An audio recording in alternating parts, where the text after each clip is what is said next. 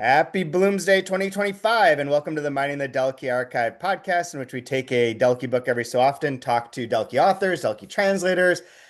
I feel like I'm doing an intro for a different podcast. Doesn't matter. This is Mining the Delkey Archive, and this is our Irish Books edition, in which we talk about the Irish books that are in Delkey's list. I'm Chad Post from Open Letter Books, joined as always by Vince Francone. How are you doing, Hello. Vince? And I'm we have good. How are you? I'm okay. And we have special guest Declan O'Driscoll on today. So Declan, who is a reviewer for a number of different publications, including the Irish Times, where he writes a lot about literature and translation. How are you, Declan? I'm very well, Chad. Thanks very much for having me on. Absolutely. It's great to see. I mean, I don't think we've ever met in person, so it's great to see you in person. We've emailed, tweeted, Yeah, DM. going back a long, long way when I can remember having a phone call with you when you were at Dalkey. Oh my God, so That, like yeah. I was gonna be like, it's been like 10, 15, it's been like 20 years. Okay. Yeah, yeah. It Oh goes my back God. a long way. Long way. Well, it's good to see you. It's good to see you like in quote unquote in person on here. And our book that we're doing today is all thanks to you. So to introduce this, back in 2017, 2018, I was asked to help be part of a tour that the University of Rochester does for alumni where people can join in and go on trips to various places around the world run by like a travel agency, and then they have someone from the university, a professor, an expert on whatever, talk and help provide like little lectures along the way, give a little spice to like the tour, right? So it's not just historical but has like an angle. So they invited me to do the Irish tour, of Irish literature, and talk to all these people that wanted to go to Ireland about Irish literature. I obviously am not an Irish literature professor. I never been to Ireland. My main claim to fame was that I like to talk about James Joyce, which is why it's perfect that we're doing this today on Bloomsday. And that had worked at Delkey, where we did all the Flann O'Brien books, Aidan Higgins, all these other Irish writers. So they asked me to do it, and I frantically read books that I had, like contemporary books, books that I had known of, had to revisit, put all this stuff together. And somewhere along the way, at one point in time, as I'm preparing to leave, you tweeted me or tweeted to tag me and said, the best Irish book of the 21st century is Tom O'Neill's Grot Grattan and Me. Grattan and Me. Is that how you Yeah, say it? Yes, that's it. G-A-R-T-T and Yeah, Grattan and Me. Grattan and Me. And I immediately was like, damn it, I don't have that. I don't know. I leave in like a week. Like frantically rush ordered it, started to try to read it, ran out of time, was like, okay, and put it aside until a couple months ago when we started doing this podcast and looking at all these Irish books. I thought this is perfect. We can have you on, we can talk about it. You've given this book an immense amount of praise. I really wanted to read it for so many years, and now we had the occasion to. So thank you for 7 years after the seed was planted, the tree has grown, and we are here now to talk about this work.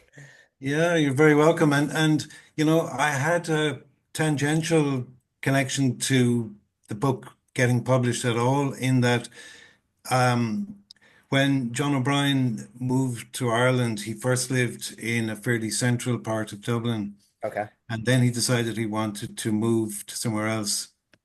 And I said to him in a sort of joking way, I didn't think he would be particularly interested. I said, well, there's a castle up the road from me that's available for rent. Now, when castle is probably it's actually a tower house. I don't know if you've ever seen the Yeah. one that Yep. Yeats lived in Lee. It's Hmm. like that. So it's this. I'm not sure what century it was built in, but it's a very old tower house that had been renovated Yeah. and done up, and so now it was available to rent. And John said, "Oh, I'll go and have a look." And so he came to, now I'm in a very rural part of Tipperary and, fairly central in Ireland. And it was going to be very much out of the way. I couldn't figure out how the heck he could run Dalkey Archive Press's Irish branch from this castle in the countryside. But anyway, so he decided to come and have a look at it. And he was met at the train station and brought to the Tower House and had a look through. And the person who owned the Tower House at that point and who brought him out to it was Tom O'Neill. Oh my God. Really? Yeah. And Okay. so John decided against living there for the simple and very good reason. He said that because it was one of these old tower houses, it had one of those stone winding stairs with the sort of triangular sized stone Yeah. steps round and round and round. And he said, some night I'll have drunk far too much whiskey and I'll just fall all the way back down again. This is, this is a fear that we all live with. Yeah. Well, we don't all want to live in castles or tower houses, but True. still. But anyhow, so uh, Tom um, didn't know who John O'Brien was or didn't know about Dalkey Archive at the time, but obviously they got talking, Mhm. and Tom said, "Well, I've written a novel. Would you be interested in having a look at it?" And it wasn't Grattan and Me. It was an earlier novel that he'd written, which remains unpublished, set in South Africa because Tom spent a good bit of time in Africa. Interesting. And but he kept the contact with John. He was working on this other novel as well, and so eventually sent that to John. And John, in his usual way, didn't respond straight away, saying, "Oh yeah, it's fantastic," and so on. But at some point, when they were just kind of emailing about different things or in contact in some way, John said to him, "Oh, by the way, I'm going to publish that novel." So That tracks too. yeah. Oh, And I mean, you you could not imagine a book, in my estimation anyhow, that would have suited John more than Grattan and Me. It is such a perfect book for him. it truly is. So I'll try and describe it a bit in a second, but so do you know Tom O'Neill then a little bit? At I least you do. said, Well, I've met him, yeah, and I was in contact with him in the past few days again, just oh, because I mentioned that, and I wanted to just clarify one or two things with him. I couldn't remember, for example, which novel he had first shown to John. got it, got So it. I just wanted to clarify a few things. So who is he? And Vince, you read like a thing that he wrote about. I mean, the what we know from like the book itself is the really interesting bio at the very end that said he's written since he was given a pencil back in Carlo in the 60s. And then says that he's been writing educational materials, which is what kept the pot boiling. Then he met a man from Delkey Archive Press who told him to write about what he knows about. He doesn't know a lot about anything, but he cares quite a bit for farming or for family fiction, development, education, word I'm not going to pronounce, biosciences, Fishogs, yeah. farming. What is it? How do you say it? Fishogs, Fishogs. Shogs. Fish. Biosciences, farming, heritage architecture, new technologies, old wisdoms, and being of Ireland. And then writes this book. Yeah, what's funny? I will try and mispronounce every single foreign language word that we come across in title. When it comes to Irish stuff, I'm like, not a chance. There are so many Irish Americans who know how to pronounce everything correctly, and I do not. So like I am more terrified of Irish mispronunciations than literally any other language in the world.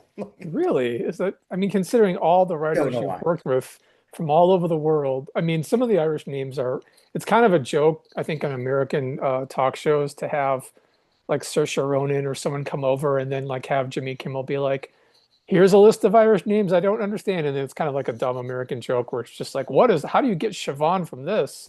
So Yeah. it's like, I get that there are some names, but I'm like, I think they kind of anglicize a lot of the spelling sometimes too. So I don't know. I feel like Uh, I'm risking. I feel like I butcher them too. So I feel your pain, Chad. But considering you've published people from whose names I could never pronounce from other countries, it just seems sort of interesting that this is the one you've chosen to be meek about. If you go all in on one of those names though and you're wrong, most people won't question it. I mean, when you miss an Irish name, like if you're just trying to read and you just like go through and you're like, oh no, I didn't switch all those sounds over into anything, you sound stupid. Like This is really, true. really, really stupid in a way that's Yeah, like immediately evident. Even if the person knows no Irish, they're like, that ain't right. That is I'll just definitely not the word. So I'll just now you mentioned it, a quick little thing is I went to Belfast years ago for a poetry camp, and I met this poet who I'd read her book and I was really excited to meet. Her name's Leontia Flynn, and she's great. And you know, I don't know how to say her name. So when I was talking to one of the people, I'm like, I'm really excited to meet like Leonethia. Like I really bungled it. And they're like, it's Leonsha. And I'm like, thank you so much for, because if I would have done that in front of her, I would have been mortified. I mean, it was Ab- really not even close. Yeah. Absolutely. Well, if it's any consolation, I mean, I sometimes have a problem with the odd one because you're dead right, Vince. It sometimes there's a more complicated spelling that people can do. It's an old Irish spelling, and those Right. ones can be tricky. Yeah. It's hard, like walking on eggshells with this book. But this also, I'm going to preface this like spoiler for anyone listening. This book is awesome. This was Yeah. quite a journey. Like I have a lot of like admiration for this and like I'm just generally blown away. I do want to get into some of the specifics, but in terms of like the author first and Tom, Vince, you read an article or yeah, it was a piece that he wrote for the Irish Times about Mhm. how this book came to be written. Do you want to just like kind of I'll include a link in the show notes, but do you want to like summarize or anything fun that came out of there for that you saw? All I can really say is that I'd found it on Dalkey's site because Dalkey reprinted it from like they printed a link to the Irish Times article. And it's the only thing I could find on the writer. And you know, I wanted to do a little bit of research to find out who this person was, and of course, do that kind of obsessive new fan kind of searching. But I was more intrigued by the idea that there's so little on him out there. Like I found that to be really refreshing. And so you start to build up this thing in your head of this must be like just a guy from town or just a guy from, you know, who just wrote a book and just it's not his, it's an ambition, but he's more than this. He's not like, you know, he's not on Book Talk trying to like market himself as a brand, which again kind of speaks to my sensibility. So I'm like, oh, I really want to know now. But when I read the article, I'll be honest with you, I mean, it's more about like the book. It's really more about the novel than the man. Like there's very little that I gleaned about him from that other than sort of his voice and how it compares a little bit to sort of the narrator's voice, which isn't necessarily dissimilar, but you know, there's a clear attention to language, which I'm very fond of, and a clear style that I think is just the kind of thing I think I said this to you in a text chat that people will attempt a style like that, and if it doesn't pull off, it's overwrought and insufferable. But if they nail it, it's just great. It's some kind of magic that I think it takes as a writer to be able to have that kind of just concern and attention for diction at a level that's a little over and above, and yet it just works. And I felt that kind of even in the article he wrote. So all I really got from it is just the confirmation that my first thing when I read this thought was, oh, this is like a 21st century Irish Don Quixote was substantiated by something that Tom O'Neill wrote about like, yeah, the nods to Cervantes are intentional. And so that was more what I got from the article is just his concerns overall for the book itself rather than anything about him. So it almost felt like I left with no greater sense of the man, which was I guess the point. And it's again, it is refreshing because I do feel like a lot of marketing and publicity for books these days, even by the authors themselves, is rooted in like, let me tell you the story of how I wrote this or why I wrote this. And let me tell you a little anecdote about me. And that's going to sort of be as, if not more important than the book itself. And so honestly, I don't think there's anything I got from that that you didn't get from reading this novel, but that's just my estimation. Perhaps I missed a crucial thing in there. Eh, interesting enough. No, I think, I mean, there isn't much that I can add really in that it's almost like what you said. It's just somebody who had the ambition to write, well, a couple of novels. I think actually he has a third one as well, but this is the only one that's been published. I mean, within Ireland, he would be completely unknown, Really. Hmm. amazingly enough. Wow. You would find it quite difficult to, you know, like in a situation where you'd mention his name that people, oh yeah, yeah, Tom O'Neill and Grattan and Me. I think you'd find it really difficult to encounter somebody who knew about the work. And there isn't a lot I can say. I mean, I know he's running a restaurant in County Carlow, Oh, really? Oh, and with his wife, and that's it. And I mean, I'm sure he'd love to get the other books published at some point, but I would love to read them um, and see. yeah, um, the uh, publicity. I mean, he's just not. I don't think he's the sort of person that has any presence online at all. Right. The only Tom O'Neill anyone will find if they look him up is the guy who has written apparently a book on Charles Manson. So that's That seems that's a very different Tom O'Neill. Who I don't know who the heck he is, but the Tom I know certainly has not never written about Charles Manson. But yeah, so I mean, I think, his profile as a writer would be extremely low key. That That track. is, So yeah.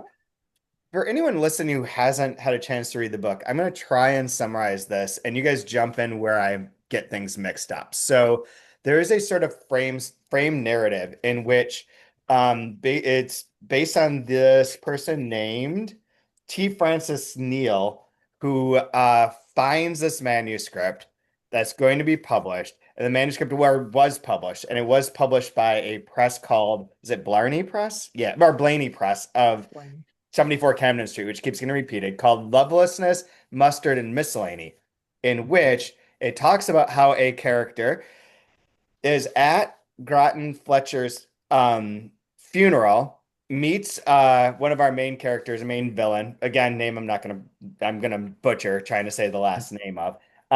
Then meets him there, finds out about this like blog that goes through Grattan Fletcher's last kind of months of his life as he's out doing these like journeys to try and like bring more justice and dignity to the contemporary world in Ireland in particular, puts together this book based on that, which is all written by Suck Ryle, who is the kind of the Sancho Panza to Grattan Fletcher as they go around doing these things. And then within this book, that's made up of this blog, the compiler, aka the kind of author of it all, has put in certain notes, has sort of like made some reflections. It's been given to a press that he essentially conned more or less into publishing his like 99th submission to them, essentially, that he's been submitting books to this press forever and ever and ever. They will not publish him. And he just keeps sending them stuff, finally tricks them into publishing this. With the condition that they cannot edit it. So what they do is add footnotes frequently in response to his notes, commenting on that, like from an editorial point of view, and saying we would have done all this stuff, blah blah, if we had been allowed to. And then the book begins with Grattan's funeral and ends with this funeral, and a little bit beyond that that's set up by that frame. And then, like I said, his Grattan's life, or the last months of his life, are him basically he finds out that his daughter is going to move with his granddaughter to Australia because there's better job opportunities and life could be different. He is sort of like put off by this, wants to like go forth and do good work for the rest of his life to help change things. Suck Ryle thinks that he should be running for president and running for office. So he's kind of running a sort of pseudo campaign alongside these relatively like Quixotean naive sort of interactions with people about certain topics, be it we'll talk about the Joyce one in a second, but like with bankers, with people who are ecologists that are working in the bog, or doing some sort of like the real estate grifts of like getting people to buy uh, houses where it's definitely going to flood and they cannot get flood insurance. All these like injustices in the world they tries to address through a particular way. Meanwhile, Suck Ryle is causing pure chaos, is kind of a dick, is like just answering the phone as Grattan whenever he wants to, just doesn't fill him out on anything, is like totally chaotic. And then the big bad is his boss, whose name I'm trying to find now. It's Is it McGowan? In McGowan, yeah, Oh, yeah. Gowan. good. All right, I figured it out. Yeah, I Nailed thought Andrew because Cullen McGowan, it's yeah. the Irish spelling of McGowan, Yeah. right? I only know that because of Shane McGowan, but Oh, there you go. So McGowan is like a almost caricature of like a British Irish TV show of an office where they're like so much hate Groton. They want to get him out no matter what. But he's just a civil servant at the Office for Public Works. He's like towards the end of his career, more or less. There's not a lot that like from what I understand from this book where like you're locked in, you're not gonna get fired. It'd be take a lot to like make that happen. But this boss is always infuriated by his existence and the fact that he just does his little job and wants to do more and wants to do other things. And that's like against the ethos of the place, and becomes his like arch nemesis and wants to like McGowan wants him to get framed for murder at one point in time, wants to get rid of him one way or another, ends up like stealing his work, which we may talk about, and then at the very end is kind of like somewhat gets his comeuppance. So that's the best I can do in trying to describe this. Although the book is like a box of like joy after that. Like every section is hilarious. Every section has like really like truly good at philosophical points. But it's a really like cool, like you say, sort of picaresque novel, or something like mixed with like Bouvard and Pécuchet, where there's like the two characters that think they understand or can learn and understand a situation and do it right or rectify it, and yet always kind of come up short in one way or another. I guess one other thing to say before I like stop here is he gets his ass kicked a lot. There's a lot a lot of ass kicking that goes on, like and or other forms of violence. Piano collapses on him through a ceiling at one point in time. There's like a lot of physical, near slapsticky violence at times that also occurs to Grattan. So that's more or less bits. Do you want to? I mean, we'll probably get to this at some point, but maybe put a pin in this for now. But like with the time we did teeth marks on our tongue, like we should put this as a spoiler. But the ending, like the ending of Groton is pretty violent. Is Yeah. maybe the most shocked I've been reading something in a while. I was really, and I knew, and I had to go back and read the beginning of the book and see that it was actually mentioned at the start, but I'd forgotten how he kind of meets his demise. And then reading about it, I was sitting in a diner reading it, and I was just, you could, the waitress looked concerned for me because I was really upset. Like, I cannot believe what I'm seeing at this point, but that is a wildly violent and strange ending too. So yeah, it's something we might maybe get into later if you think it's okay to ruin that, Chad. Absolutely. We'll hold off on the spoilers, but we'll say big spoiler alert before we get there. But Declan, for you, so this is that you add pieces that I may have skipped over. There's a lot in this book to talk about. But you've called it one of the best books since Joyce, and made a comment, I think, on Blue Sky recently about how it should be on like the top 100 books, the Irish Times top 100 books of the century, and that it Oh, belongs there and is on. So what's your you pitch this book? What about it appeals to you? What do you find as being like the true joy well, of it within that? it's an interesting thing as regards Irish literature and the history of Irish literature. And, we have those three great modernist writers. And after, I suppose, the three, like, what happened was that somehow, despite Beckett Joyce and Flann O'Brien, Irish literature drifted towards a very realist style. And that became the dominant force in Irish writing. And so you have writers like John McGahern, for example, who become a very big influence on a lot of other writers. So that style of representation became absolutely dominant. And it's funny, the other approach to writing, I mean, we are speaking on Bloomsday, and Oh, yeah. all of what Joyce set up just somehow seemed to get forgotten almost. Not, I mean, his work didn't get forgotten, but what he had presented and offered by way of alternatives to the conventional realist representational novel Hmm. seemed to be just put to one side really as something that he had done. Beckett had pushed it in another direction. Flann O'Brien, I suppose, had taken a comic route through that kind of territory as well. But it's sporadic after that, the attention to that kind of writing. And so to me, it was terrific to come across a novel like this, which isn't directly, I mean, there are Joycean elements and Joyce gets mentioned. I Hmm. don't think Beckett ever gets mentioned in the book, but was he? I don't remember him getting mentioned, but Fine. maybe it was a passing reference, but I can't remember coming across the name. But there are definitely there's quite a bit about Joyce in there, and I'm sure he was a big influence on Tom. And there's absolutely no doubt, but that Flann O'Brien was a major influence, and I think particularly actually more in the guise of Miles Nagopaline and Crushkeen Lawn and all of that side of things, because you know in that in that guy's Brian O'Neill and Flann O'Brien, Miles Nagopaline, he could comment on contemporary society in a way that isn't so much the case in The Third Policeman and so forth. That's right. So, and I think, that's another thing that Tom did. And I was just so pleased when I started reading this book, just to see the energy of the writing, the imagination, the incredible voices that are brought into this through the characters that they come across.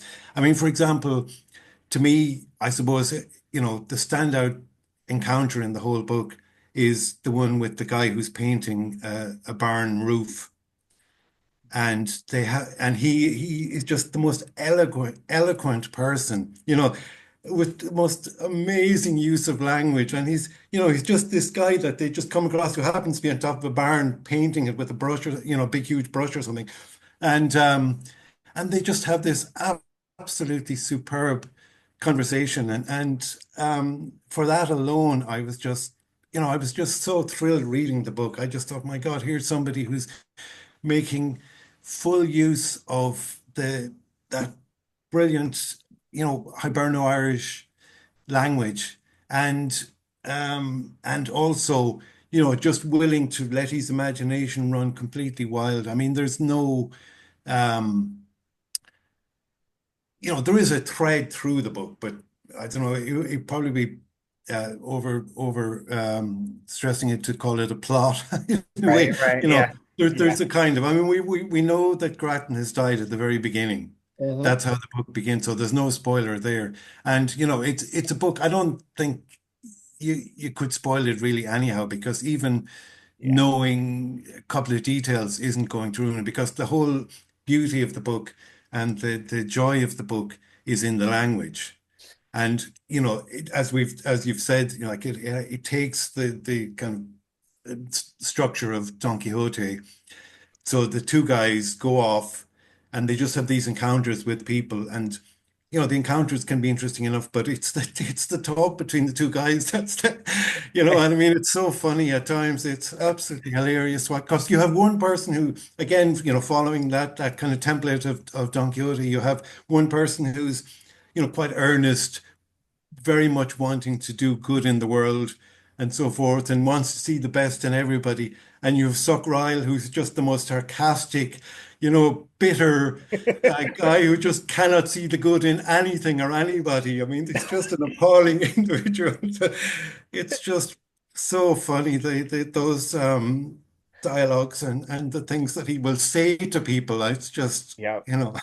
I love his insults. Like when he gets on a riff, they're those are the best. I also love like what you're saying with their kind of cover, like Grattan is like so earnest at times and trying to explain things, or like, make his sort of like fair point. Like all of his points seem to be fair. They're like almost Hegelian, in which he's like, okay, yes, like what you're doing is bad. The other complete opposite is also got its problems.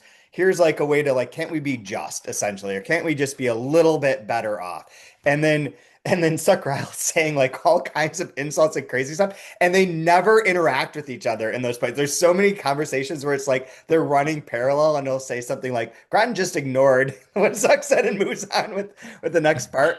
But like one of my favorite bits with that is when Sukral has the date with the woman that is supposedly like having an affair. It's like, what is it, like Mistress Mattress or something like that is the Yeah, Yeah. website. yeah, yeah. And he meets this one from there, and they have sex, and then he sees her again randomly. She's like, you know what? You're gone from the site, whatever his name is, Christopher, whatever fake name he was using. And she's like, but I really like you. He's like, yeah, I like you too, but I like better not being with you. Get the fuck out of here. And like basically like that's, you're just like, what? And even Grattan's like, you're so despicable as a human. And they just like go on their way. It's such a fun dynamic. And it really is, yeah, it has like a vibrancy to it that I think is really, really, really fun. When you say the painting part though, there's a question for you. Is that, because there's on page 204, there's the part where there's the guy painting, but this is where I read this all in such a weird way. But but that's not the one you're talking about. But that is our compiler. I believe that is the narrator or the No, writer of the book. it's some bit earlier than that. It was Okay. actually pretty Mhm. early in the book, where that Okay. encounter happened. Um, Okay. I'll, I'll I'll just have a look and try and find some of that. I've got bunches of pieces open on like three different Yeah. devices. So I'm like trying to like hold everything in mind. But just to put a point on that, the compiler at the end, when he at the very end when he talks to Suckrile is like, "Hey, I've seen you before." And then he's like, "Wait, you were this guy and this guy, weren't you?" That we ran into. And then if you go back, there is a point where they're talking to someone with this lorry and it has Neil, and then Mhm. Logis, and the rest isn't spelled out there, but that's the name of the compiler at the beginning and seems to be the person, the silver-haired person that they're talking to at the end, which would then make it him like a character within and give like a little bit of weight to like why he would have been at the funeral anyways or why he's connected to them. Right. So it does tie it all together. But uh These are fun. the sort of games that I like that's funny because like the biggest concern that most writers I know have are for some kind of continuity of story and characters that are very developed. And I don't feel like these are ever any underdeveloped characters, I mean, that we meet along the way besides our main couple. But there are so many people who just pop up for like a scene or a chapter, and they're great and they're fantastic and they may come back. Like I realized that, that was our compiler later too. Like I kind of figured piece that out. Like, oh, that's neat. Like that's that person. And there is a section towards the end where they sort of reflect on a lot of the different characters they've met in this quest, but I like the kind of like Candide style of like let's just have people pop up, do a thing, and then not they don't have to come back. Like it's very Yeah. much not about story, not about plot so much as it is about the idea of the conversations, the encounters, and how that really. I mean, I think our main two characters are fleshed out enough, but even they just exist in this way that I think makes sense for this book that doesn't really work for any other book I can think of. Which I love because I mean, I'm all for a good pot boiler, but I like books that do things like this that kind of dare to have these kind of characters that are just there for a bit. But I do think like that's the first thing I got in a creative writing workshop. That was the first piece of advice I ever got from a teacher was like, don't ever have a character who isn't going to like serve a real solid purpose for the overall plot and is going to like be there. So you want to, if you have five characters, shrink them to three and things like that. I'm like, yeah, okay. I want to push back against that because that's my nature. So I just don't have the chops, but obviously O'Neill has the chops. Yeah, because even the whole thing about there's a woman who gets knocked down, and it actually doesn't really like it serves a certain purpose, but it doesn't go at all where you expect because you think this is going to be a big thing. I mean, my God, the woman was knocked down and killed. Yep. Surely this is going to lead to all sorts of Yep. investigations, and people are going to be hauled in, and and so on. But it actually just becomes a kind of a little side thing. But actually, sorry, Chad, I was wrong. Actually, you said what page for I think you were right actually that that was the part 20 six. 204. 204. Yeah, and from there on, yeah, yeah. Sorry, that is the That part is I the was guy. thinking of. Okay. Yeah, That's yeah. what I thought. So yeah, so that part that makes so much sense because that was like their conversation is great. That part stood out to me when I was reading it without like putting any of these pieces together because I hadn't gone back to that. Like what is it? T Francis? Yeah, T Francis Neal is literally referenced on what would be page two. Although I don't, this is one of these like endless Delphi archive questions. Did they intend not to have page numbers for everything up until chapter one or not? Was that a mistake? Like I could go either way with this. Like I was totally unclear as to whether or not this was just like someone didn't realize there's no page numbers at the beginning or not, but I would say it was intentional because think so. from page one on, you've got the book that was published under that other name, I think. See, I thought that too, with the exception that like the first section, so Loveless, Mustard, and Miscellany, the first part, the preface of that is unnumbered. And the preface of that Right. is the same voice and same thing as the last chapter of our regular book. That's why I was like, maybe like this part was supposed to start where I like have like Roman numerals, something, but like who knows? But what would be page two does reference the T. Francis Neal, and there's no way to like really like I didn't remember that. There's so many pieces of information, it's never referenced. And then getting to the part with the painter, I was like, this conversation is great, like what you mentioned. It's really interesting, it's really cool. And it wasn't until that like you're the silver haired guy that was painting that I started doing like a Yes. search for the word paint and found this and was like, oh my God, it's this all clicks together now. But would never have picked up on it without like that little clue at the end. So One of the things too that I'm curious about as regards your the experience that the two of you had about the book, with the book, is like it is full of references to things that are very, very Irish. and people that would be known within Ireland but not Mhm. well known outside. I wonder how you got on with that.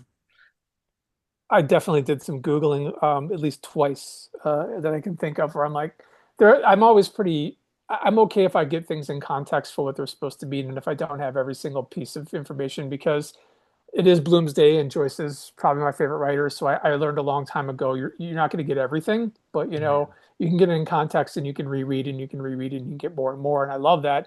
And in this case, there were times where I'm like, I might have like kind of flown through some things, but I remember a couple moments thinking, I'm very interested in this. So it's I think a good writer can kind of do that and kind of signal to the tribe, and the outside reader can kind of see that and still lock into the story well enough without having every arcane piece of knowledge.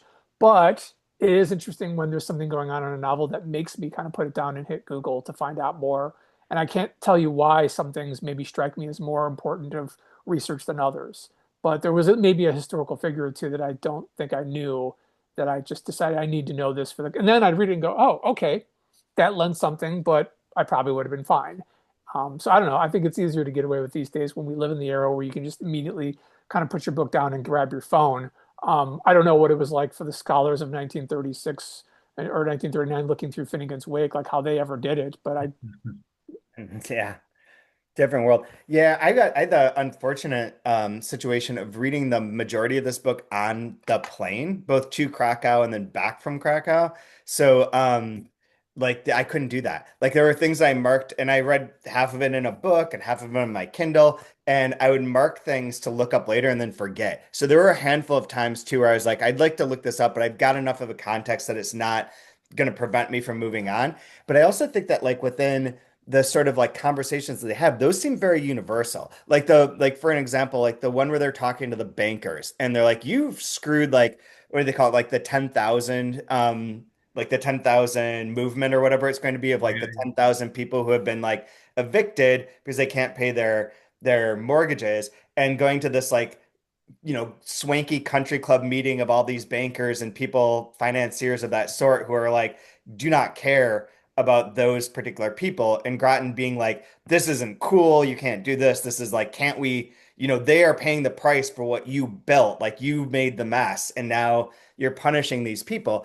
That's sort of a lot of those arguments like that just ring true across the board. So Mhm. even if like without the specific context of like the Irish situation, it still like tracks. Like even like the one of like the person who calls and is like, "Can you go talk to the people about my, I think it was like sister's house, cousin's house, that's like built in this flood zone, and the real estate, the politician and the real estate developer helped like kind of screw everyone." It's like, well, that is, Florida. Like that's something that you see in another context, and these people are bad all over the world. So like it didn't become too problematic, but I can see like where if you like in Ireland, this will have another level of like some of these like those kind of nods. They did like too related to that. A lot of the this is one of those books where a lot of the references are to pop culture references are to things I know and that we're like are contemporary enough for a lot of people know. And that's always like fun and sort of disorienting. Like I feel like I'm used to reading books like not Finnegan's Wake is a bad example, but things from like the 60s or 70s where like the pop culture references are like to the of the past to me versus like things where it's like this is a literary book that's referencing things that I know versus like a pop culture book being like, I'm gonna name drop Chapel Rowan or whatever. Like it's just kind of fun to see ones where you're like, I get this. Like this is you're speaking my language a little bit. Plus, I mean, everybody outside of the US is supposed to know all those bloody references in all those American films and books and everything else. So Yep. I'd say, just work a bit harder to the. Yes. It's good But revenge. there's a brilliant joke in the book. I mean, there's a lot of jokes, but there's one particularly great joke, which had me laughing for about 2 minutes after I read it. But it depends completely on knowing how meat might be pronounced in Ireland. So, Oh, do you know the one where there's a no. guy on a bridge in London and he's crying and somebody gives him a turkey sandwich. Do you remember that? Yes, yes, yes, Yes. Well, yes. the thing is, it's written down as Mate. So he says that because that's how some people would pronounce meat in Ireland. So he says, "Me mate is after falling in the water." Yes. Yep. Yep. That's super funny. And that- And and then I don't know that I should tell the joke, but it's just so good go for it. Do because it. Do it. there's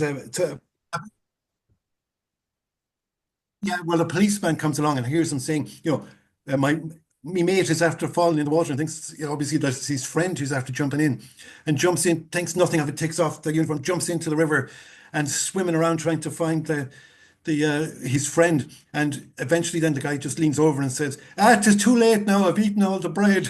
I love that part. That was super funny.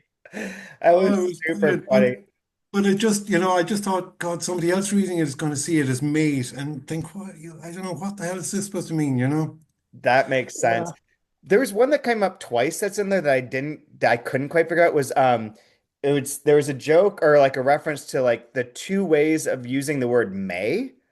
Like I mean I can find it, but the like it showed up twice as like, well, depending on which version of may you're using. And I wasn't sure if that was like an Irish thing or like a pronunciation thing. That was like one of the times I did get tripped up a bit. Yeah. Does that It's make got- sense to you or no? Let's see if I can find it. I'll see if I can This find is it as we talk, but this is But eluding me yeah, for sure. just while you're trying to find it, Chad, I'm just going to read a tiny bit, because just to go back to the guy who's painting the roof that they just come across. So I mean, it's just so good that you come across somebody there just painting the barn, and they have this amazing conversation, and it says, "Anyone would think you wanted to fall," said Ryle, giving the ladder a shake. And then the guy says, "God knows it wouldn't be the first fall and mightn't be the worst thing ever happened," the man said, raising the curiosity of the visitors. "It has been noted that the art gets more attention if the artist draws fatal allure onto himself. People remember Conrad over Maddox Ford, yeah, Behan over Cronin, Hemingway over Steinbeck, Zweig over Mann, Thompson over McCarthy. Do you see what I'm getting at? It isn't today or yesterday that it became a good career move for an artist to crash into a mountain. Strindberg, Maupassant, Nietzsche, and that chap of the tools snaked ahead of better people of their era only by self-destructing for attention, going mad in pursuit of the clap, and then you have to remember, and so on. I mean, it's love just it. I so, saw that. I actually marked that, and that makes me Too. wonder. And again, I'll ask this because I don't know, and I have this fear of always projecting that the narrative voice represents the writer. I know better than to make that assumption. But considering that I do kind of have this image of O'Neill as being this person who's less concerned about public persona and isn't really going to do their own marketing, it almost feels like one of those ethereal voice moments coming in saying, there is something about the writer who gets, like the William Burroughs story where everyone I know knows everything about William Burroughs without having read him, or about like Bolaño became very popular. And the first thing I heard about him before I ever read him was like all the myths of his life and doing heroin and all these like kind of like extreme stories, that kind of almost sexy rock star aspect of their persona that has little, if anything, to do with their work. So I kind of wanted to, I read that. I remember circling it, wondering like, is this O'Neill making a comment about the idea of notoriety of life being more important than the actual work, or being more, fervently pursued by the reading public than the actual books. But I don't know. I know better than to assume that that's the writer himself talking to me. Because this is the writer of the book, though. This is Yeah, also, that's why I thought maybe why I put that in that character's voice. that's one of those tricky parts too, because this is the same character that they have the conversation about Joyce with, I believe, right?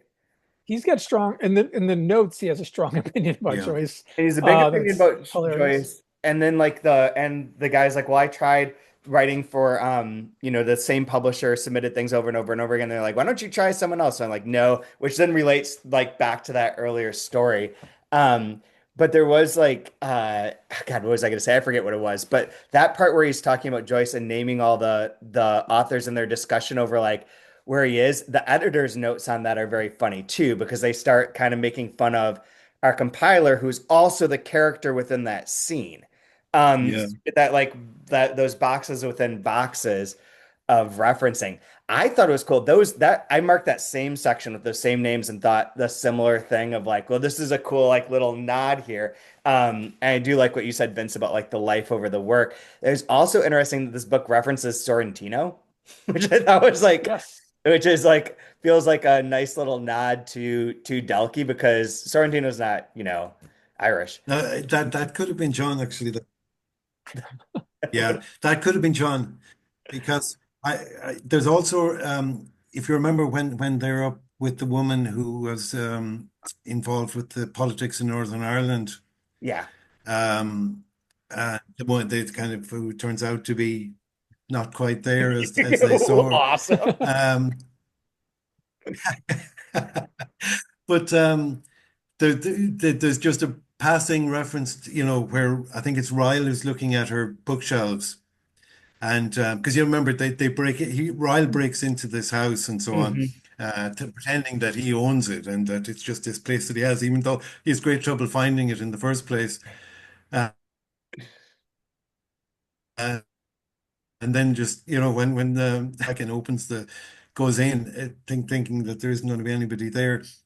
But then there's pictures on the wall that start to freak them out a little bit. But anyway, apart from that, the um, the poetry book thing, he mentions three poets. He mentions uh, Durkin, Kennelly, and O'Driscoll. And I said to Tom afterwards, I said, that was that a reference to my brother, you know? And he said, oh yeah, John said to me to put that in. Oh, that's so funny. Because I John meant really to ask liked, you about that. yeah, because John really liked my brother Dennis's poetry. Yeah. Oh, that's so interesting. So John did have, yeah, I could see that then. The Sorrentino thing being He may have suggested that, yeah. I'm that's not Mhm. sure, but he so may have. interesting. I found one of the May references. It's on page 409. I don't know what the context is right here. So I mean, it's very much at the end of the book. This is at the funeral, I believe it has to be. And it says, uh, he's talking to McGowan, says, said Ryle, straightening to cast an eye over the diminishing frame, you know that you told the great man that the atheist devil wouldn't care. What the fuck? How do you know about that? Well, he may, said Ryle with indifference and opened the gate for McGowan. The devil may care. Note, you might wonder which use of the word may was intended here, the English or the South Leinster. And that was a Mm. moment where I was just like, I don't know what this is. That one's beyond me. But I don't know if anyone has any insight or if that's just I think uh that confused me a bit too, to be honest. Okay, okay. Both of you are looking like you're not certain either. I thought maybe I was like just lost on it, but okay. So, I mean, it's sort of explained in the note. Like I Oh, wait, remember wait, reading no, this sorry, actually, too. I do. Yeah, sorry, Vince. No, Yeah, no, no. Go ahead. Go, please. yeah, no, I think yeah, I can see that well, he may, the way you said it, Chad, is one way, right. and uh, the other, yeah, it's well, he may. The other is would actually have a comma after the well, so it'd be well, he may, Ah, which okay. is slightly different meaning and Okay. emphasis. Well, he may, meaning, well, he may is more that oh, well, he could do that. Yeah. Well, it's a different sort of thing. Anyway, that's the only possibility that I could see there. Well, he may. Yeah. Yeah. Because then he says this may was a must, as in like, Right. well, he may, which is, I mean, it is kind of I mean, the note is in and of itself. Like we talked about this when we did the Boylan books. Like footnotes complicate things, complicate narratives in a way that writers use that I find sometimes really, really great and sometimes really frustrating and affected. And in this case, again, like the first thing I thought when I was reading this was, okay, another footnote book. What are we going to do here? Because No. it could go. To me, it's a very either or. It's weird, but it's great. Like the footnotes never felt like they were just showing off. Like the frame narration is really kind of complicated. I mean, you described it, Chad, earlier, and I've read the book, and even still, when you're describing it, I'm like, that's pretty complicated. But you Yeah. just go with it. Like it just works when you're sort of in the groove of the book. But even that sort of footnote does kind of complicate that a little bit more, but it also clarifies it in a way that I found really interesting because like, why would you do that? Like, why would you feel the need to have like sort of a syntactical or grammatic footnote that's elucidating some strange possible use of the word may? It feels so academic and all that. It's that in of itself is kind of a hilarious thing. And it goes back to like Flann O'Brien, who, again, we talked about this in the Third Policeman. Like a lot of that mock academic tone is kind of taking the piss out of that sort of. But here, I think it does kind of, I don't know, it works in a way that sort of it gives the editorial voice a different or even the compiler's notes a kind of different purpose than the actual narration. And I think that's sort of maybe why I like it in examples like this is when when the breaks from the main narration have a kind of purpose to them that is funny or artful or clever. I like it, and sometimes I think it's just a hat on a hat. And like that's one weird case where it's almost sort of beyond just like let's do something in this sort of clever postmodernist way. And it does kind of have a function that's both clarifying, but also kind of in the spirit of every other footnote and intrusion into the text here. So I don't know. It's hard to describe. It's like I said earlier about the prose style. I know it when it doesn't work, but I can't tell you why it does here. Yeah, yeah. I, One of the sections, since it is Bloomsday, is shout out to Guinness Zero, good drinking. We don't not sponsoring the podcast, but helping keep me hydrated throughout it. And You know, your shout Guinness. out to Guinness Real, but okay. If you are in a non-alcoholic beer though, Guinness Zero is the best. In relation to in relation to that, the Joyce part is really good, I think. Like where they have a debate over like the sort of like reputation of Joyce in Ireland as a representation of Ireland, of like his like should he be, looked up to, honored, why, so on and so forth. And I think that that part is really interesting. And I wondered if Vince, you as a big Joyce fan, had anything to say about that or anything you wanted to add, or you, Declan? Yeah. Well, I'll say quickly. I don't know what other I heard a Joyce podcast because I listened to a lot of that kind of stuff, and there's a really great one. Shout out to Blooms and Barnacles. If you don't know Blooms and Barnacles, they're doing the Lord's work by reading Ulysses, 3 pages at a time and doing every 2 weeks a really deep, immersive kind Oh, of parsing of the references and the context. It's a really great podcast. It's fantastic and it's very non-academic, but also incredibly well researched and informed. But there's another sort of short podcast I heard about. I think it was Finnegan's Wake, and somewhere in this they interviewed who's the writer who he's the Dalkey writer, but he also did that book, The Netanyahu's. Is it Joshua yes. Cohen? Yeah, that's from Colin. And he was interviewed and he said, there's nothing worse, nothing more annoying than a Joycean. And I think like I knew what he meant. It's the kind of thing he would say, but it seems like what he kind of meant is there is a lot of academic Joyceans who I think kind of take the fun out of Joyce.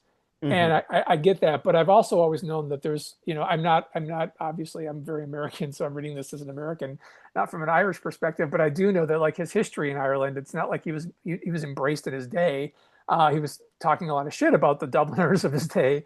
And as one of the recent podcasts from Blooms and Barnacles pointed out, like in the Scylla and Charybdis episode of Ulysses, like he's referring to it's a fictionalized version of a conversation that Joyce had 20 years prior with people who probably forgot all about this young upstart who said these things. And it's like him getting what he thought was revenge on people who'd probably forgotten all about this encounter. It's kind of a little bit hilarious and petty, but I see like there was a fraught relationship perhaps between at least Dublin and Joyce for a while. And now obviously they've reclaimed him thoroughly to the point where they tried to bring his bones back, I believe, a few years ago. And it is interesting though, because I've always thought that like things like the great thing about the real Joyce lovers that I know who aren't really the humorless academics is that like they're more than willing to see their God, completely flailed. They don't have that kind of holier than thou. He's untouchable. I mean, he was kind of an asshole at times, and he's not infallible. Even though he wrote these amazing things, there's all kinds of bios out there if you want to read about what a terrible person he was in some contexts.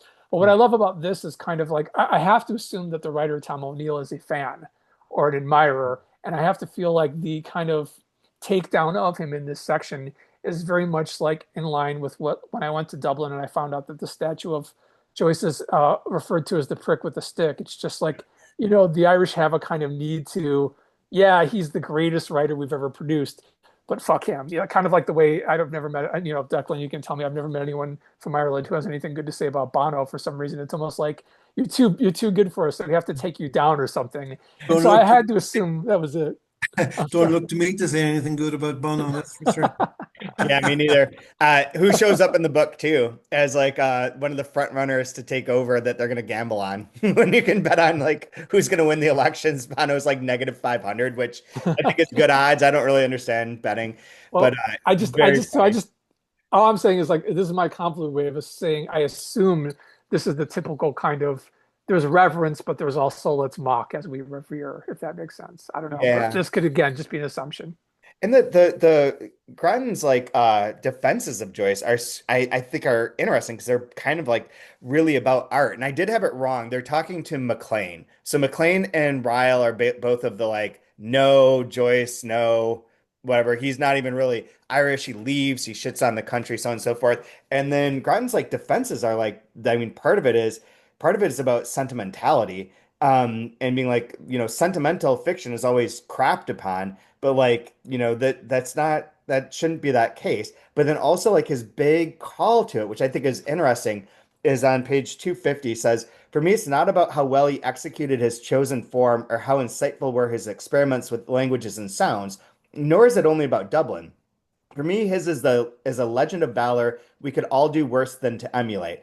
Every small wrong, every trivial misfortune arresting his attention. He walks alone and does not fall in with the rousing calls of tribe, though he hears them loud and knows how it feels to let your heart dance to their laments. Like this idea, and then he goes on to say at one point, uh, we wait, where is it? Is it this one or is it later? No, it's later. He's like, oh, they're like, what great tradition are you talking about, Grattan? Says McLean. He's like, the only great tradition there is liberalism in the proper sense, and that does is like another sort of read. Like we focus a lot with the Joycean stuff on a day like this of like the kind of inventiveness, the way that it's all constructed, the day in Dublin, all that kind of stuff. But it is a book about love, and it is a book that has that sort of like sentiment in it. And it is a book that's like really truly about like the kind of the liberal view as like in that pure form. I get that. I'm like, I like this kind of grounding of like talking about Ulysses and Joyce in this vein because there are elements of that I think do get overlooked, like you say, Vince, by being a Joycean. You're focused on like these smaller little things and kind of not looking at the idea of like this is someone who is very concerned about, how life was lived in a Just out of curiosity, then what do you make of Ryle later than saying liberalism is only exhibited by those with full bellies? Yeah. That's right. I forgot about that. Well, yeah, But anyway, he's the opposite. So I'm on Grattan's side on this one. Another aspect of it that when you were reading the biography on the back of the book, Chad, Mhm. and you didn't want to pronounce the word Pishogues. Yep. Well, So, what those are is they're sayings, and and every chapter heading is yep. Pishogue. Like I've just opened it at random, and I got that really good one. The sun loses nothing by shining in a puddle. You Oh know, yeah, yeah. They're and so all of good. those then are worked into the that chapter somewhere that somebody will say that or refer to it in some way. And then, because this is another strand of the book, somebody leans into the car at one point when they're off somewhere or other and says that life is the process of learning the meaning of old sayings. That's mhm. And so, that is another kind of strand that holds the book together. The fact that there is an exposition of one of these old sayings in every chapter. You've got the heading. I'll go to another one and just see. Well, the one I happen to come on is a bit more universal. Is people are not always what they seem. Well, perfect. I just opened to The Abyss Staring Back, which feels like Yeah. that's the one that I would flip to. And of course, like why not? well, yeah. Well, actually, then there's the one we exist together, and that has an importance in it because he brings in some like there's the Irish version of that, and we live in each other's shadows, and Mhm. then he brings in there's a saying from it's an African a saying that he brings in as well. That, what was it again? People are people because of people or something like that, wasn't that it? I That's how was it Yeah. translated, something That's like that. on it's So, on 362 if you want to look it up. Yeah, I was going to yeah, ask about that. That's his philosophy right there, isn't it? Not a yeah, and person is a person because of people. Yeah. that that's is one of the really strong strands that holds the book together is just that exploration of these old sayings that, it's like, people say about cliches. Cliches exist because there is a basic truth there. And, it's the same with these sayings that they have gone through generations because, there is a wisdom there, or there is something like that, that one that I had there about well, actually, I've just opened a random another one, catch larks when the sky falls. Yeah, that one's great too. Nice. This I, is I mean, there's a good one. there's I something you said, Chad, about The, like the one that's about that's so this. optimistic. I love it. There's something Yeah, that I you mean, said about that whole like about how this isn't. I mean, like Suck Ryle is such a kind of bitter bastard, but like books that are this clever and this inventive tend to lean a little heavier on that, I think, often like being edgy. And there's a kind of, I don't want to say optimism, but a kind of beauty to to like Fletcher, to Grattan's philosophy. And it's really at the end that this reminds you of this that I kind of found inspiring. I'm kind of guilty of succumbing to a lot of that negativity and bitterness. It's pretty much wired into me. But yeah, like it's refreshing to see that kind of take on a book that can be so kind of ambitious and be so playful. And often, again, I think like those kinds of books lean a little bit too much on kind of more of a snarky quality. Like, look how clever and kind of like world weary we are. But like he's world weary. He's not like, an unintelligent person, but at the same time, it's born of this kind of opposite of Suck's kind of negativity and bitterness that I just think that I really loved. I think that's it's something that really inspired me, and it's hard to really have those things resonate with me.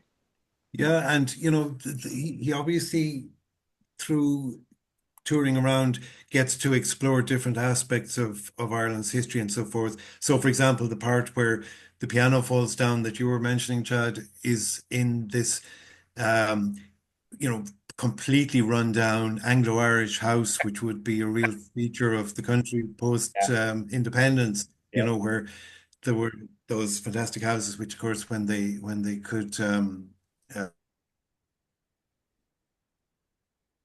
uh, exploit all the local area and so forth, and you know, finance these incredible lifestyles, Mhm. were fine. But then when everything changed, they couldn't keep these places up, and they, there are quite a few of them around still that would be open to the public as one of, or they run rock concerts or they do different things to try and keep it together. But in this case, the individual has reached an extraordinary level of poverty and anyway, yeah, there's the scene where but where the piano comes down through the roof while they're there. But which is really funny too because of course it brings to fruition a prediction that Ryle had Yep. made about the man's daughter ending up on top of Of type of Groton, yeah. He's like, you could have just left the piano top of up next time. Just so funny. But but it also allows him to, say some quite reflective things about the whole Anglo-Irish relationship to Ireland and so on. That and just as there's the part where I mean, there's another very interesting one where somebody has brought up the whole Irish situation of the appalling mother and baby homes and all this sort of thing, which Right. actually, as it happens today, one of the sites has just begun to be excavated to find, the remains of hundreds of babies. It's appalling, but anyhow, but at the same time, he does sort of, he's not willing to accept this from just, on the level of guilt from a British person because he just comes out with this extraordinary litany of things that, well, you know, you think you can criticize us? Think Yep. about some of these things. So there's all these different plays around Irish history and, different ways of reflecting on it. But Grattan, yeah, I mean, he is a decent sort of person, I, and I mean, it's funny in a way, I suppose, when I think about it now that, that there's this loose idea that he would run for the presidency. And of course, in Ireland, our president is it's a kind of a titular role. It's not, they don't have, the president doesn't have a lot of power, unlike, unfortunately, in your country. yeah. But but we have this man now who's almost like a Grattan kind of character when I think about it. He's a sociologist, a poet, he's very left wing and so on, that we have as a president, at the minute. So he's almost like a Grattan character. There is, I mean, it's interesting because like Grattan is, there are two things here. One, like on that very beginning, when we find out that he died, we're at the funeral, and it says that, and this will maybe we'll preface here, spoilers for the end of the book, at this point onwards. But in the beginning, on like unnumbered page, whatever, it says, despite his killer having knelt on his chest, depriving him of any last win in with which to recant had he so desired, his wife Margot thought that he would have had called out to God, one and what so forth, but says that he knelt on his chest, depriving of any last win. There is this setup, like you guys both mentioned in various points, where even from that beginning moment, the reason that he dies is like almost like a red herring for like what's going on at the rest of the book. You mentioned when I forget what her name is, but she's run over and killed the human resources department woman who's going to like have to investigate Grattan for not showing up to work and whatever else. She gets run over and killed. And you think that's going to develop into something. There's this idea that he keeps like upsetting these various groups of people. And with like a sort of honesty and a kindness that's like, will be eliminated from this world. So like what struck me is like he keeps saying I'm an atheist. He keeps talking about like atheism and like not being Catholic. They go and talk to his cousin who's the priest. They get involved with like that the nuns and are like completely kind to them, but are not Catholic and are talking about the atheism. And there is this sort of sense of like a larger concept of like his role as a character is to be like in the face of believing that essentially nothing matters, that when you die, everything's gone. What is the point then? Doing things that are like positively good has this almost like childlike air to it of like, well, yeah, you shouldn't do that to these people just because you shouldn't do that to these people, not because of morality, not because of laws, not because of this. You just like treat people better. And like the whole time through this, like that kind of allusion to like they choke the breath out of him or like they wouldn't even allow him a final breath. I thought for sure that all this is going to come to a head where he gets like assassinated. He's like too good for this world in a sense, or like doing something that's so disruptive that someone's going to have to off him. And that's even implied, like Ryle implies that to his widow now, being like, oh, well, McGowan sent us out to like this last place and said, you guys have to go here and do this, blah, blah, blah, where he ends up dying. But the way he dies is not that. It's like a rogue cow that like smashes him, stomps him. And like you've been, if that's, I think that's the section you're alluding to where you're reading it and we're like, Oh yeah. I read that. So I got in from this massive pain in the ass, but got in like 1 a.m. this morning to like a hotel in Minneapolis near the airport where we stayed overnight before driving back here to Wisconsin. And I was reading in bed and hit that scene. And it's like, wait, what the fuck? And like, it's like, I'm going to bed. I'm like, this is crazy. So like, it is surprising. It is like an interesting twist, but it really did like set up that, like the book works so well because he is like trying to do good within the face of all these of the atheism and in face of like generally like losing over and over again. He even says at some point in time, like, I'm gonna fail. All I do is fail, but I'm gonna, maybe I can accomplish this one thing for you guys. And Ryle's like, no, dude, you failed everything. Like, don't worry, you won't get this done either. Do you think that that's, I mean, not to overly analyze this, but do you think it's better that that happens so randomly? I mean, he meets his demise not because he is the target of somebody he's angered or some plot or something, which does feel like there's a lot of wheels working in that direction throughout the book. Mhm. And then it's not that it's just random. It's just that. And in a sense, the idea of if you accept, this is very like stealing from Camus, you accept that like the universe is random and chaotic and there's no meaning and no order. You can choose to be how you're going to exist in that world, and you can be like Sisyphus, happy at your task. You can kind of do these wonderfully kind of moral and humane things that he exhibits throughout the entire book and still meet your end kind of randomly. And it's like it almost makes those moral, humane efforts all the more beautiful because he wasn't doing it for reward. He wasn't punished in this martyr-like way because of it either, which would kind of imbue all those acts with greater weight. It's just like he did them because it was the right thing to do, regardless of the fact that he was going to meet his demise in this completely absurd and chaotic way. that has no meaning to it whatsoever. That's how I prefer those kinds of stories because it doesn't make him this holy like martyr figure. He's just an average man who did something really kind of remarkable with his time, at least the time that we have with him in this book. Although I do kind of want to talk about that flashback to him and McGowan's wife when they had that, like when they were younger. I kind of want to talk about that at some point, but we're running out of time. I won't go on about that. Do it. Like, yeah, talk about it now. Unless Well, Declan, you I'll just wanted to pivot add to my, something to the other part. yeah, I was going to say, I'll just leave it with my last point and see if that's at all of interest. I am curious. Yeah, I remember that, but I want to hear your take on that scene.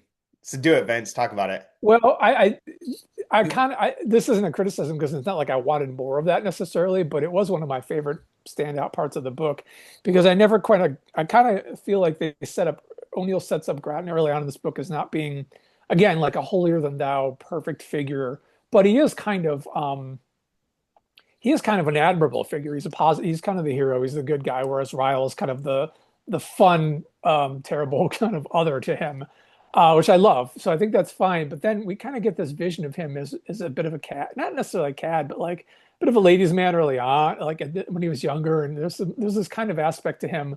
He doesn't quite steal McGowan's girl and then eventual wife, but a little bit, right? It does feel kind of like this earlier scene gives him a little bit of like maybe when he was younger, he was that kind of charismatic guy that everybody flocked to, and you might have hated, or I might have hated out of jealousy.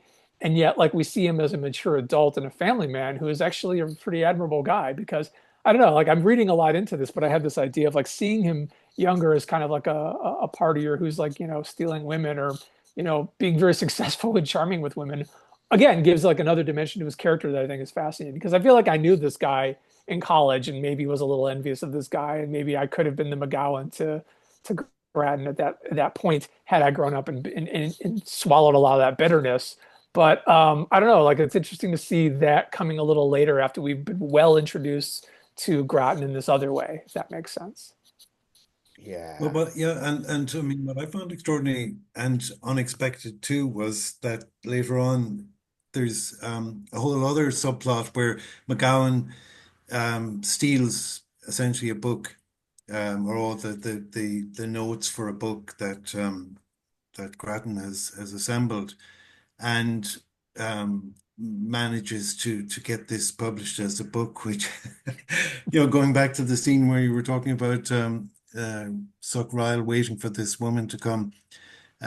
He looks in the window of the Winding Stair bookshop, which is an actual bookshop in Dublin, and sees this book.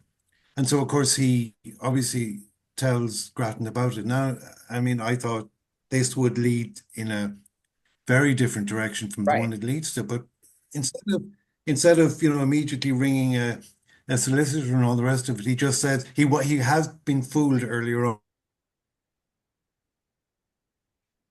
on in a scene where he was asked to sign something and you know didn't take enough notice of what it was that he was actually signing and just took it as whatever McGowan said to him at the time and so on. Mhm. So he knows that he did that and he knows now that he did sign away the rights to the thing. But at the same time, you would imagine some level of fury Yeah. Yes. or ringing his solicitor or whatever. Instead of which, again, he has this amazing um, calm in a way, or just, a way of reasoning through what has actually happened without being incredibly furious about the fact that this guy has put his name on and to make matters worse, has also put a terrible picture on the cover of the book, but has had, yeah.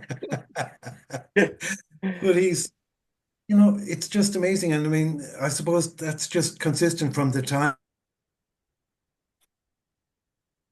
that he was in the tent and so forth. He's I suppose again, if you take the Don Quixote aspect of it, he is this person who maybe is a slight little bit naive in a way, um, but just does not seem to bring out that automatic anger that would be there for a lot of people. Hmm. He is a very, very decent character. He is, and Hmm. looking back at that scene with the tent too, like he's comforting her because she's telling him about how she was essentially like raped. And then being like, my mom, said I shouldn't dwell on it, shouldn't be a victim. Should I chalk it down, shut the door on it, go forward and be more careful, more realistic about life? And he like comforts her. So like I see it somewhere in that of like tying into that he is charismatic, like you say, like he appeals to people, but that also then rings true as to like why all these people would show up at his funeral, which we like at the beginning where it's like all these people are there, there's all these everyone from all these different parts of life. And that's why again I kept thinking like this is a plot. Like they killed the person was going to lead some sort of like revolution of sorts and like be the figurehead and isn't, but like makes sense as to why people do listen to him or like, treat him fairly. And this is overreaching a bit, but there does seem to be a bit of like that the Hegelian way that this like walks its way through of like this sort of like pure Irish, pure British, he in the middle, sort of like they like talking on like the meta level does seem to play itself out frequently. Like there is, and Ryle represents that kind of British side of things, Cromwell being like one of his many names and the sort of like despising like when you mentioned the house that they break into and the woman who's like, oh, you're here to kill me. Like if you found me, like you British found me, I'm like hidden IRA, like, well, time's up. And they're just like confused by what's going on.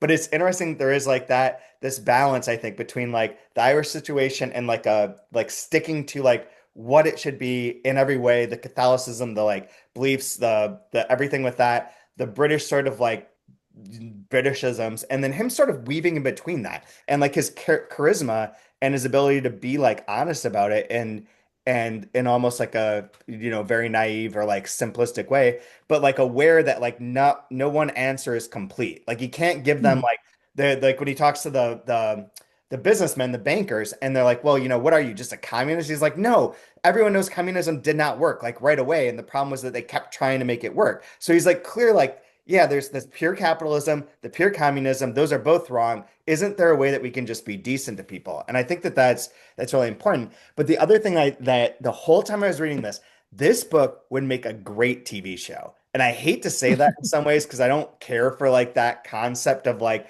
but the scenes, the sort of way that like it will describe like a little section, like when they're driving through the town at the end before he dies, and they like go to the warehouse where they're like I believe like packing up drugs and like they're just like, I want to whatever it was, like a breakfast roll. And they're like, nah, it's not around here. Like you can imagine this car pulling up to like that in like Irish countryside and it being like a really beautifully shot thing. These kind of conversations with people would be great. Like this would be a really fun movie or TV show, in my opinion. I think it's very cinematic in that sense. Not to someone should just make it as a movie, give Tom a lot of money, and like that would be perfect. But alas, like there I don't know. That's Yeah, a well, I'll keep an eye out for the Netflix special, but oh I yeah, do like that. I do like that. I see. I think I see what you're saying, and like the only thing I'll add that you just said that really is interesting is the naivete and the sort of sincerity that he exhibits as a character is interesting because if he is charismatic, this is what makes him, I think, in Ryle's mind, an ideal politician yeah, is like, because he has that kind of ability to lead and that charisma. But it's also what makes him like not a great politician is the sense that like there's that need for approval that I think you kind of have to have if you're going to go into politics. Like you do have that kind of that thing that I don't think he has. So it so sort of makes him better than I think a politician, if I can dare risk that statement, is that he would never be very good in that role because he doesn't have that drive for approval. I feel like he is being very sincere in himself throughout the whole thing, and that just coincidentally happens to be very appealing in this way that like Ryle sees as a like let's exploit this, let's capitalize on this, but like it's never within his nature. That's kind of interesting because if I can briefly just say that politicians, I'm sure there are some wonderful ones who I truly like and admire. Like I don't think anyone goes into that if they're like Grattan. I just don't think that's the type of person that gets attracted to that world. yeah. But he has kind of briefly considers it, doesn't he? Or I forget. Am I misremembering? He makes a You joke know, about it. yeah, no, he seems to have it as an idea early on in the book, I Yeah. think. But as it happens, there's a presidential election in this country later in the year, so we'll see how that goes. Ooh, But it's a very, very different thing as I was saying from the yeah. American elections. Obviously, they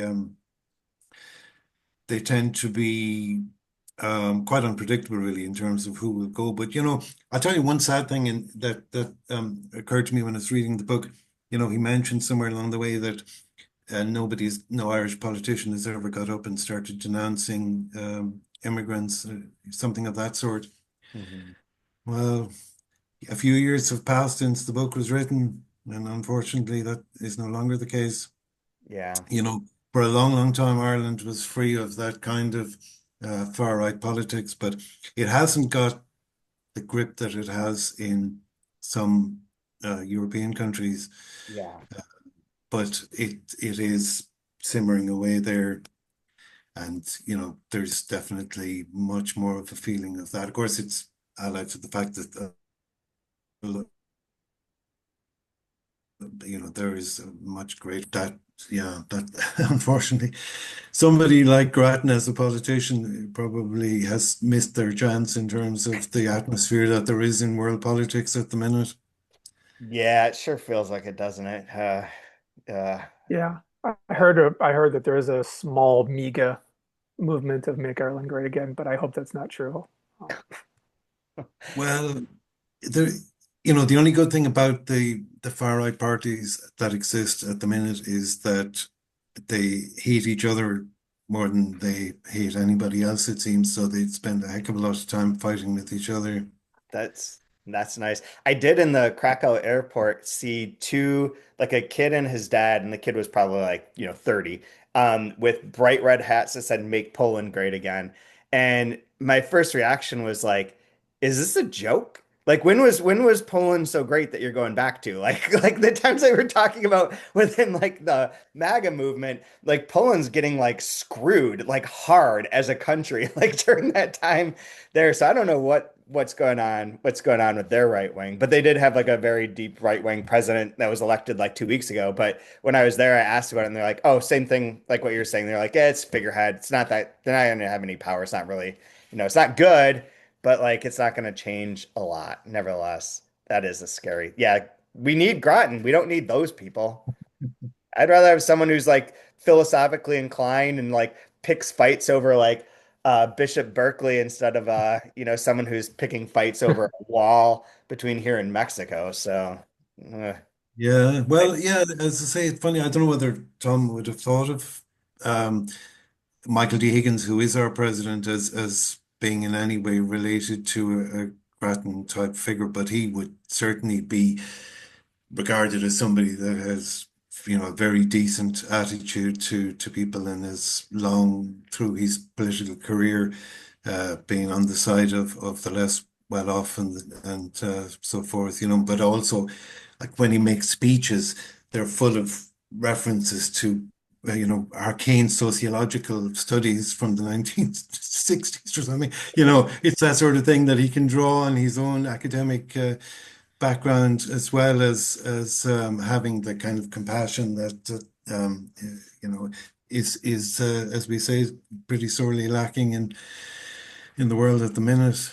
could Mm. you imagine politicians that are that like you got one, but like referencing like studies and facts and philosophical ideas as their like talking points? That is so far removed from what we have going on here that it's Yeah. just stunning. One other thing I was going to say though is that Grattan also seems this book does remind me a bit of the Imar O'Duffy books that we didn't talk about on the podcast, but Vince, you and I both read. There's like a trilogy Yeah.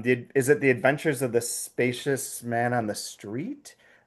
Is the second one. I'm blanking on the names now, but the second volume where the character gets sucked off into Hmm. the narrator gets sucked off into another world where it's all like this parody satire of like our world where basically everything's been corrected. All the ills have been fixed, and he's like, that's not the way you do things back on Earth. We do it this way. And like all the beliefs on that planet, like why do you have homeless people? Can't they just be building homes for themselves with all the resources and they'll have a job and then you'll be able to take care of everyone? Can't everyone can find a way to live? And that sort of reminded me of this book and that kind of connective tissue of where it's like you could address these problems. One could theoretically like help fix this by being just about it, and yet you're not. And that was kind of the one point that I wanted to make of like if you haven't read the Imro Interesting. Duffy books, those are very fun and they're not like this, but they do have something, I think, in the same ballpark, at least politically. Interesting. It is. speaking again to that idea, I guess it's just unabashed idealism.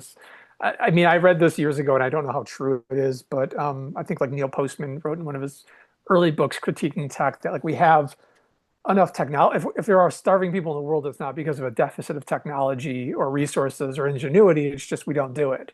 And if you think of everything that way, it's this idea of we could do all these things probably rather easily, but we don't for a lot of reasons that probably have more to do with politics and hatred and tribalism and all the terrible things that we might be talking about. And I feel like books like this and that one for sure do a good job of reminding, like, yeah, like if there's the easiest solution to homelessness is just build more homes, or to give the easiest solution to poverty is to perhaps give people money. And I know that's very unworkable and idealistic, and I'm almost bristling as I say it, but if you just pare it down to that simple idea, which I think at times, like, these books do kind of speak to that, it's not that revolutionary.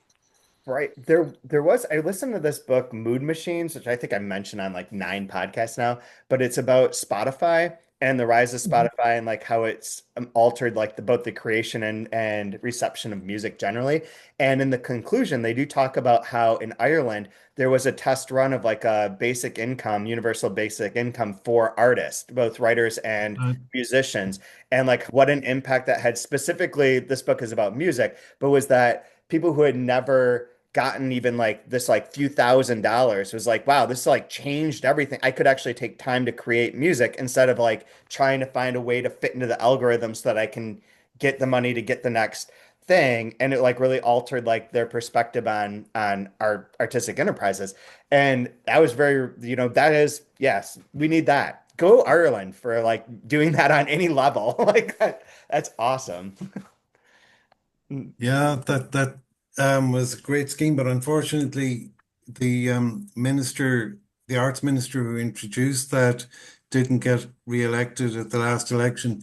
She was a member of the Green Party. We had Green Party people who were in the last government, and she was a really, really pro-arts person, and increased the funding of the Arts Council as well, and so forth. And yeah, I think that's going to change, unfortunately, at the minute too, like so many other things for the worst, because the person who's now an arts minister has already done some things that make it look like he is not going to be favorable towards the arts. Not as much, but I mean, it's still, I mean, obviously you've got your situation there, Chad, which is absolutely abysmal. I mean, it's just the worst you could imagine, with yeah, and so I mean, it's not. I don't think it's ever going to be as bad as that. There's still going to be quite a bit of arts funding. It's just it might be. I'm not sure if that scheme will continue or not. I'm not quite sure about that. But that was a huge benefit to artists. But I mean, John, he came to Ireland and he did get good funding for the books that he published in the Irish series and so Yeah. forth. So it has been favorable, and you've got a lot of small literary magazines that get well funded and so forth. So at the minute, it's still generally quite favorable. I mean, I have a small poetry festival that I'm involved with running, and we've got funding, and we wouldn't be doing it without the funding that we've got to do that. So, um, it's still very, very good by comparison with I mean, it's just appalling that to get what you got, the letter saying, the funding we told you were getting. Nope. Get Yeah. out. Get out of here. Thankfully, we are getting that. We had finished our project, so we beat their little deadlines. So Oh, really? Wow. we're okay. However, I mean, that's like a Pyrrhic victory, right? Because there's zero next year. There's no organization. So it's like, okay, you could get your money this time, but never again. Like it's like the never again part that's the really bad part. Even more so in this instance. But we should probably start wrapping up, and that's actually a good segue. Is that so? What is the name of the poetry festival? When does it take place? And is there anything else you'd like to plug of Irish literature or anything that you'd like to talk about? Well, um, no, I mean not in terms of the literature side of things, but yeah, the poetry festival will be happening on October 31st and November 1st. in the Source Art Center is the name of the place where it happens, and it's actually in memory of my brother, Yep. Dennis, who was uh, very well regarded and respected within Irish poetry, and he collaborated. Well, he persuaded Seamus Heaney to uh, respond at considerable length to questions that he asked him about his life and poetry and so on. That became a book called Stepping Stones, which is now a Yeah. hugely Yeah. important book because Heaney never wrote an autobiography, but essentially through Dennis, my brother, he wrote it in a way by answering all these questions. Yeah. That's yeah, I love that book. So it's I've forgotten how many pages, but it's about 400 pages long. Yeah, yeah. I do, I It's probably not the do. kind of poetry you like. I know you're not. I Sorry, I'm yeah. I'm bad at poetry. Like poetry is just like a blind So spot you that I said, admit to. yeah, Yeah, well, particularly, Chad, you probably would like you like Heaney, I'm guessing, or Yeah. you would like Yeah. Heaney. Yeah. Yeah, I do. And like it's just yeah. My poetry thing is complex in the sense that I know that I don't understand what I don't understand. I like things that I don't understand, especially when someone like can talk about them specifically.